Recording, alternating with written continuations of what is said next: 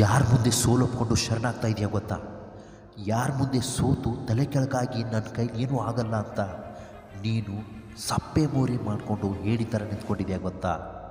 ನಿನ್ನವರ ಮುಂದೆ, ನಿನ್ನ ಸಂಬಂಧಿಕರ ಮುಂದೆ, ನಿನ್ನ ಎದುರಾಳಿಗಳ ಮುಂದೆ, ಯಾವತ್ತೂ ಕೂಡ ನಿನ್ನ ಬಗ್ಗೆ ಒಳ್ಳೆಯದನ್ನೇ ಯೋಚನೆ ಮಾಡದ ವಿಕೃತ ಮನಸ್ಸುಗಳ ಮುಂದೆ ನೀನು ಶರಣಾಗ್ತಾ ಇದೆಯಾ?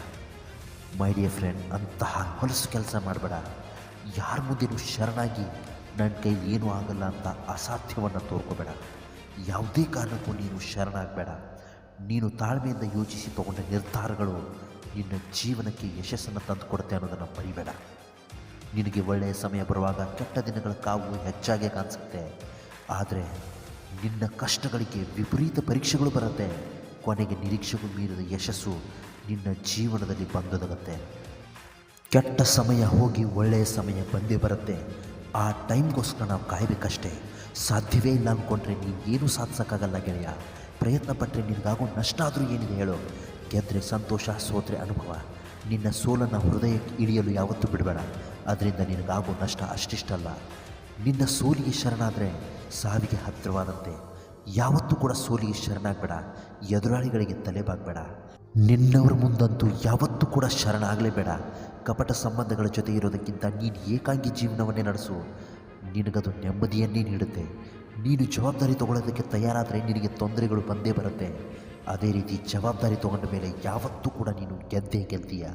ಮತ್ತು ನೀನು ಹೊಸದನ್ನು ಪ್ರತಿದಿನವೂ ಕಲಿತಾ ಹೋಗ್ತೀಯ. ಅಂದಿನ ನಗುವೇ ಇಂದಿಲ್ಲ ಅಂದಮೇಲೆ ಇಂದಿನ ಕಷ್ಟಗಳು ಮುಂದೆಯೂ ಇರೋದಿಲ್ಲ ಗೆಳೆಯ. ನಿನಗಂತೂ ಒಳ್ಳೆಯ ಸಮಯ ಬಂದೇ ಬರುತ್ತೆ. ನಿನ್ನ ಮನಸ್ಸಿನಲ್ಲಿ ಪ್ರಾಮಾಣಿಕತೆ ಇರಬೇಕು.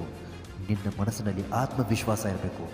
ಒಂದು ವೇಳೆ ನೀನು ಸೋಲಿಗೆ ಶರಣಾದರೆ, ನಿನ್ನವರ ಮುಂದೆ, ಎದುರಾಳಿಗಳ ಮುಂದೆ ಸೋಲಿಗೆ ಶರಣಾದರೆ, ನೀನು ಏನೇ ಮಾಡಿದರೂ ನಿನಗೆ ಬೆಲೆ ಇರಲ್ಲ. ಕೊನೆಗೊಂದು ಮಾತು ಹೇಳ್ತೀನಿ ಕೇಳು. ಯಾರಿಗೆ ನೀನು ಏನು ಅಂತ ಅರ್ಥ ಮಾಡಿಸೋ ಪ್ರಯತ್ನ ಯಾವತ್ತೂ ಮಾಡಬೇಡ. ಅದು ಯಾವತ್ತೂ ಕೂಡ ವ್ಯರ್ಥನೇ. ನಿನ್ನನ್ನು ಪ್ರೀತಿಸೋರಿಗೆ ನೀನು ಏನು ಅಂತ ಗೊತ್ತಿರುತ್ತೆ. ನಿನ್ನ ಜೀವನದಲ್ಲಿ ಕಳೆದು ಹೋದ ಒಳ್ಳೆಯ ಸಮಯ ನೆನಪಾಗಿ ಉಳಿಯುತ್ತೆ. ಕಳೆದು ಹೋದ ಕೆಟ್ಟ ಸಮಯ ಬದುಕಿನಲ್ಲಿ ಪಾಠವಾಗಿ ಉಳಿಯುತ್ತೆ. ಜೀವನದಲ್ಲಿ ಸುಖದ ಬೆಳಕು ಬಂದೇ ಬರತ್ತೆ ಗೆಳೆಯ.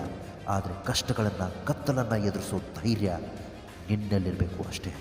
ದಾರಿ ಇಲ್ಲ ಅಂತ ನಡೆಯೋದನ್ನೇ ನಿಲ್ಲಿಸಬಾರ್ದು. ನೀನು ನಡೆದಿದ್ದೇ ದಾರಿ ಆಗಬೇಕು. ಆ ನಿನ್ನ ದಾರಿ 4 ಜನರಿಗೆ ಮಾದರಿ ಆಗಬೇಕು. ನಮಸ್ಕಾರ, ಎಲ್ರಿಗೂ ಒಳ್ಳೆಯದಾಗಲಿ.